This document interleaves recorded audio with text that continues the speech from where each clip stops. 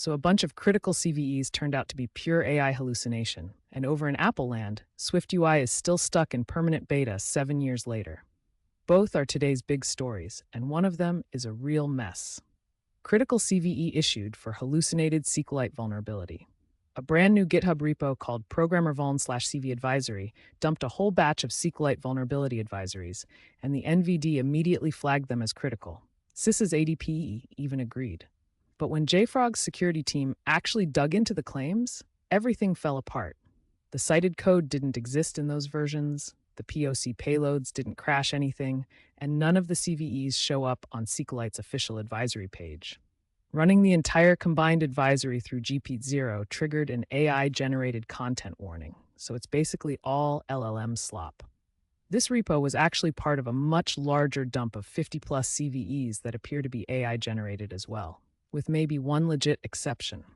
The SQLite advisory page is considered the gold standard in the industry for tracking real vulnerabilities, so the fact that these aren't listed there speaks volumes.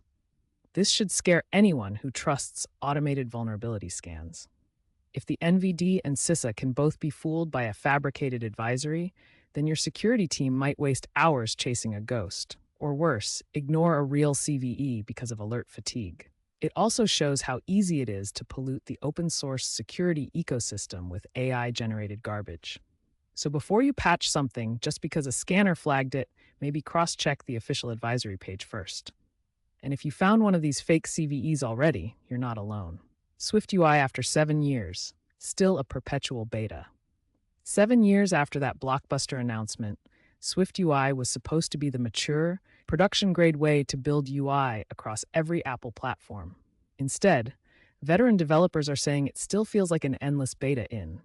The deep dive I'm referencing breaks down why the original hype has turned into genuine professional frustration, pointing to systemic issues with performance, unpredictable layout behavior, ever-shifting data flow paradigms, and a total lack of backward compatibility that forces people into hacky shims.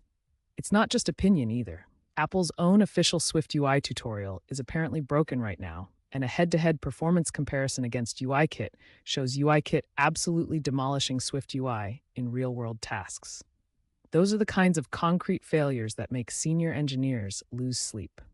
For anyone building apps for iOS, macOS, or an Apple platform, this is a huge deal.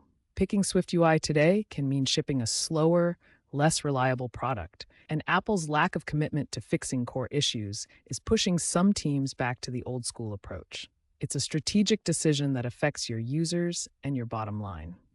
If you're an Apple developer, I'd love to know, are you still all in on SwiftUI, or have you given up? Drop a comment and tell us your war story. That's the state of things today. One fake crisis and one very real frustration. If you want more tech news that's actually verified, hit that subscribe button and stay tuned for the next one.